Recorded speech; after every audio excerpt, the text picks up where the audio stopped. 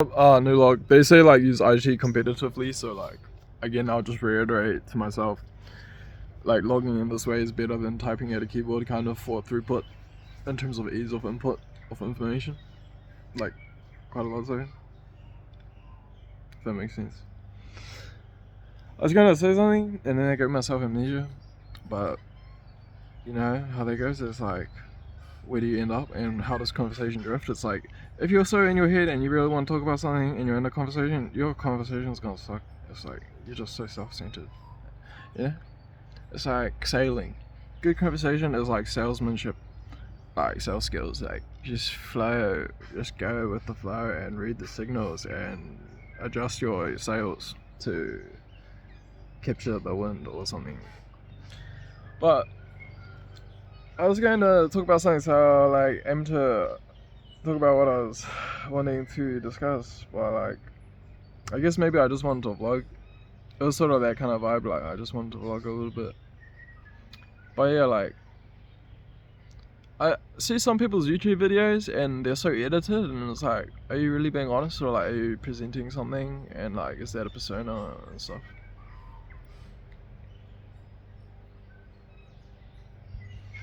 But yeah, I don't know. I feel like beggars can't be choosers, and like, I have standards for people in my social circles, I guess. Like, gotta be respectful for one, like, and have good manners and be polite. Like, I don't know. I feel like I'd rather be solo dolo than surrounded by people I don't like, kind of thing. And inauthenticity, is really unattractive. Like kind of like talk down shit as well. It's like the same shit. It's like microaggression, like passive aggressive, kind of like sneaky, like, I don't know, like slack type, slimy kind of.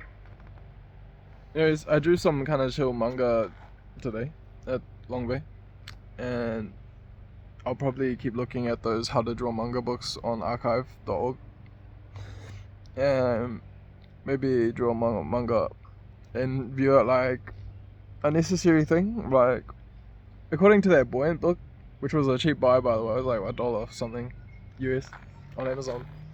It was like pretty interesting to hear the interpretation of like what art's about from that author, and how it's kind of like a necessary thing to think clearly and like to channel inspiration and to like channel that liveliness, that life force of like creativity.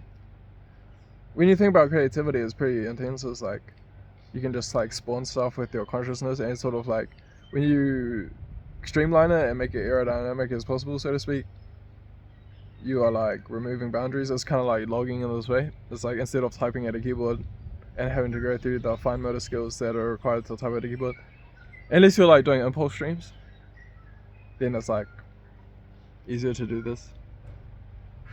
So just for documentation's sake, impulse streams are when you just like yam the keyboard like however you want, like using swipe input, and just like go hungies.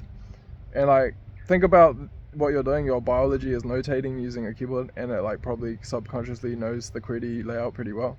And like, if you do that at speed instinctively, like given the environment you're in, like I've done this as a test, like just walking through the mall, like in log I'll just start a stream like with some notation, like like new stream NS or something, whatever, my own notation.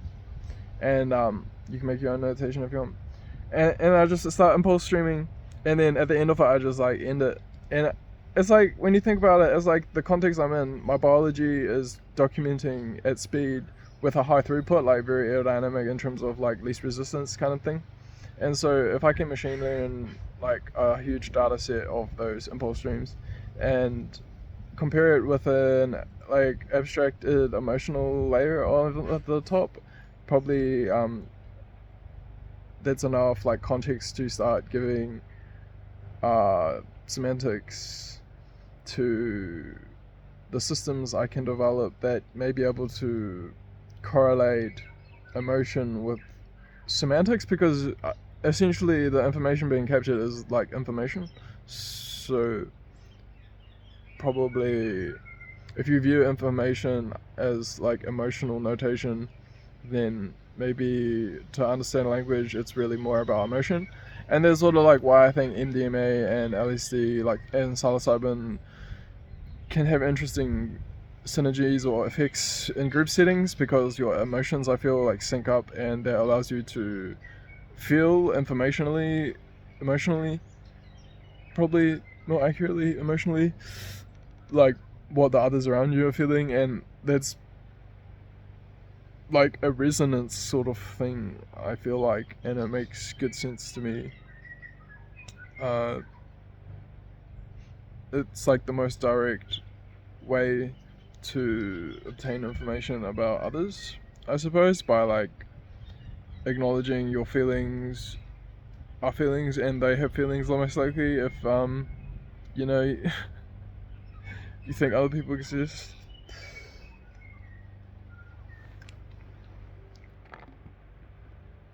But yeah, empathy. That mushroom trip with the fucking, and you bite like metaphysical space turret, like spiral bolts, like Garrison, like constantly just going hungies, metaphysical battlefields, and it's just going hungies, and I'm going hungies, and I'm like, this isn't funny. Warfare's not funny, and you bite, it's like, nah, and I'm like, you like love, eh? And then it's like, yeah, and it was like noble because it was like on my side, it was like combating the same kind of enemies I was combating, like the negativity, like the metaphysical entities of negativity that I was like basically wielding auto suggestion like a weapon, like to counteract in my environment, and that was pretty interesting. And I feel like that's kind of interesting, like how those things kind of loop around. Like I didn't make this up. Quantum mysticism is a research area in academia. It's kind of funny. It's like, well, what are we just talking about mages, like, and start theorizing about mages, or maybe shrooms were just like commonplace and everybody's off the shrooms, so like casting wizards casting spells, like fuck, everybody's on psychedelics. Who knows about what consciousness and shared expectation can make in reality? It's probably like lifts the vibe to like lucid dream physics, and then that comes into the equation. I really feel like psychedelics and lucid dreaming are cool subjects, and probably most things are interconnected and interrelated.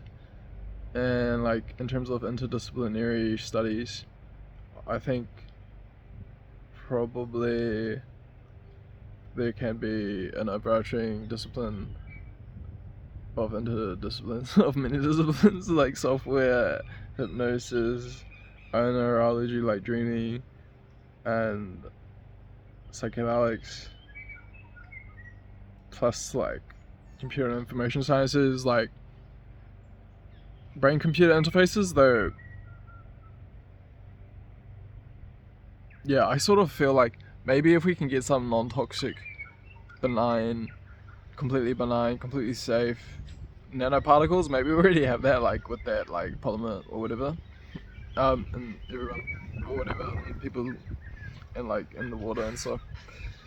Like maybe we can manipulate that with like electronic signals and psychedelics to perpetuate like bindings in certain areas, like creating flows for the polymers or whatever, like whatever, some kind of manipulatable soluble, or kind of soluble to a certain point, like nanoparticles or something that can be manipulated and configured, like then we can maybe create like neurological software that's like literally programmable, like a computer scientist may be able to program that kind of stuff. And like maybe one of the things you can do is like actually program, literally with programming language, the way to like determine the way your brain wires, and then potentially also like what is running in terms of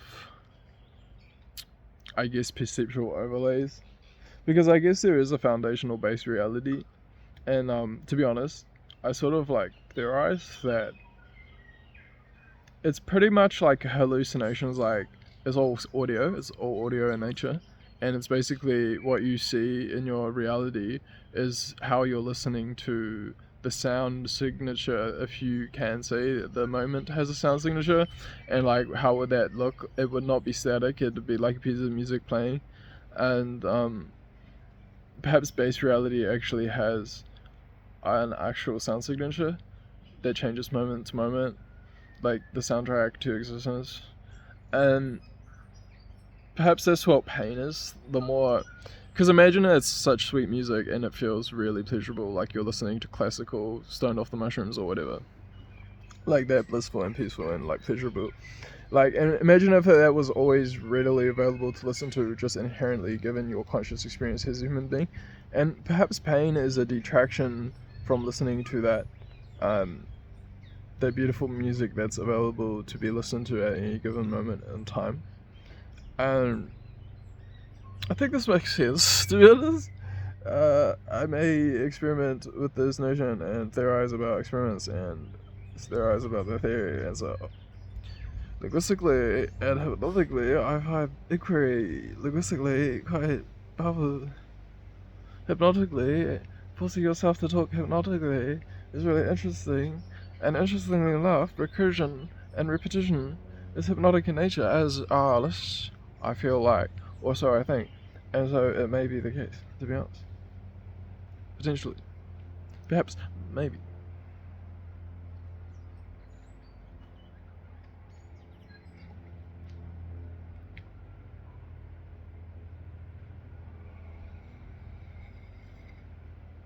In terms of like the creator economy and like creating more than you consume, like that's kind of interesting because this is creating in my eyes. Like maybe after I save the file, it's creating, but like I'm in the process of creating, and like there's like capturing value, like because I think talk is cheap, but that's like indicative of value. Like cheap, that's a monetary quantity or metric or summit language, and so as a human being, I don't know. I think my words are valuable, and so I may as well document value because like my heart is beating and I can perceive things, and I'm not bleeding. My hairline is all good as well. I feel like, and I like very positive, and it's kind of funny how things strike me as amusing, and I laugh about them in the moment because it's like laughter is the best medicine. So free medicines, heck the laughter, free medicines.